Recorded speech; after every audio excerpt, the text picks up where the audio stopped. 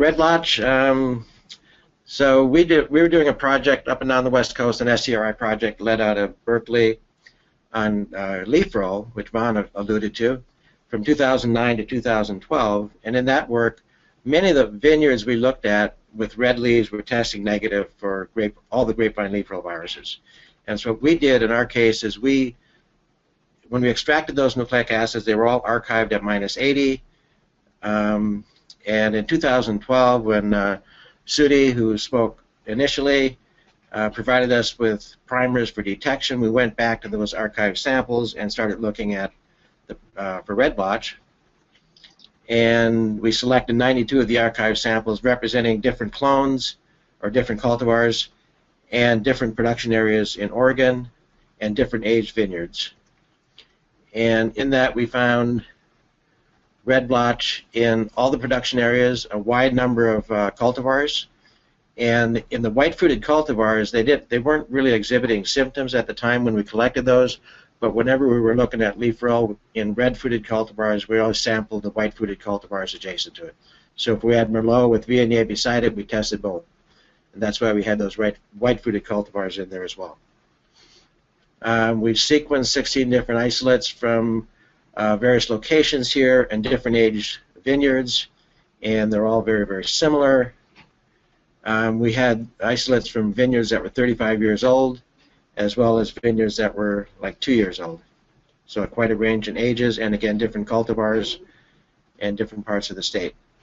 And looking at concentration of bricks, and from southern Oregon, we had about a 2.4 points drop in Cab Franc. In the valley here, we had, in the Willamette Valley, 0.9 points. So much less of an impact on the Pinot Noir up here. We haven't really done the Pinot Noir in the southern part of the state. It may be that environmental conditions greatly impact the effect of the virus on juice quality, and that's one of the things that we need to look at. We looked at several vineyards. This is a vineyard of the Willamette Valley, and this is a vineyard that was planted in the 1970s. And in this section down in the lower left here, they had 36 selections that they had put in that were planted in the 70s, and almost every one of those was positive for red blotch. And this Chardonnay block on the right was planted in the 1970s, and what I did was I tested every plant in the second row. It was 102 plants, and we had one positive. So this is 40 years later, we had one positive. And this is a block of Pinot Noir planted in the 1970s, planted at the same time, and I took 200 samples out of this quadrant and 200 out of this quadrant, and we had 3 positives very close by to these original plants, or these plants that were uniformly infected, and 1 up here in the corner.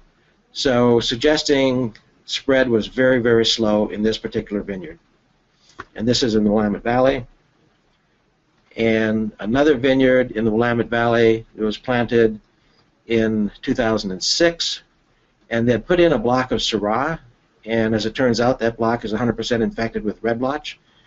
And so when we were up there in 2014, we tested 30 plants along the, so the rows are running in this orientation, so we tested the end plant of 30 different rows here for the Pinot Gris, and every single one was negative.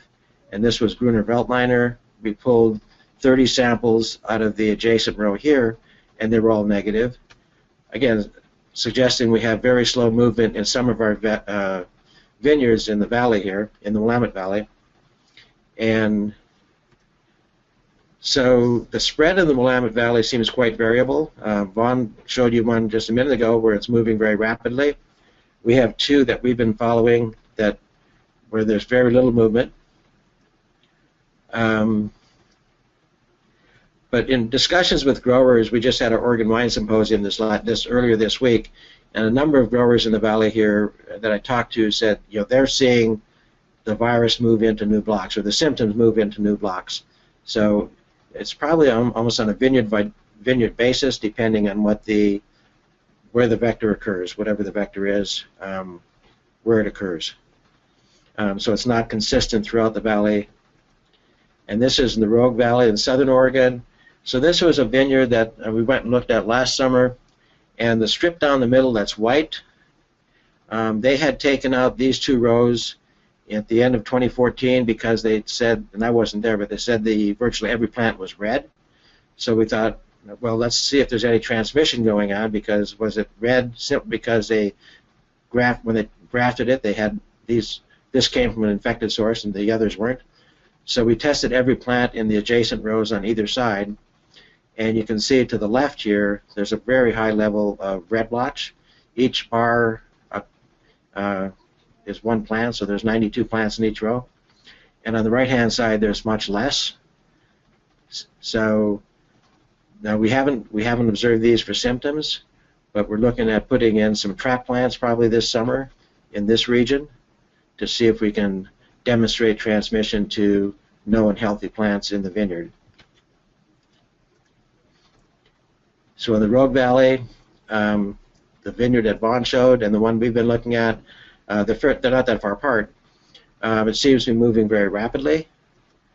But again, with discussions, growers at the meetings earlier this week, there are growers down there that say they've got blocks that have it and they're not seeing it in the adjacent blocks, suggesting that there may be situations there where it is moving very slowly or the vector's absent.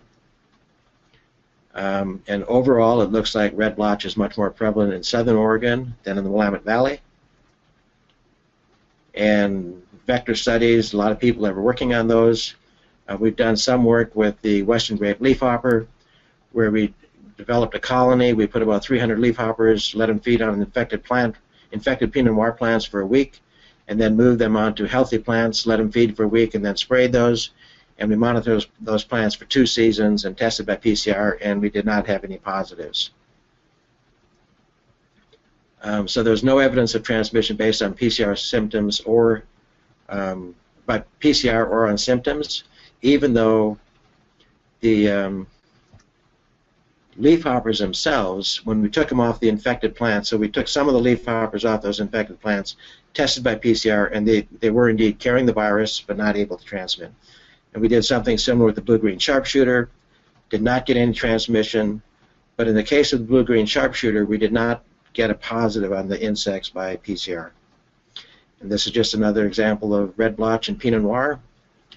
Merlot, and this is a vineyard where they basically weren't able to ripen the fruit and they've taken it out. And I think that's all I've got.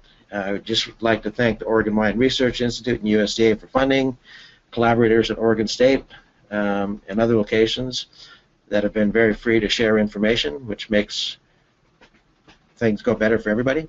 And with that, I'll turn it over to the next speaker.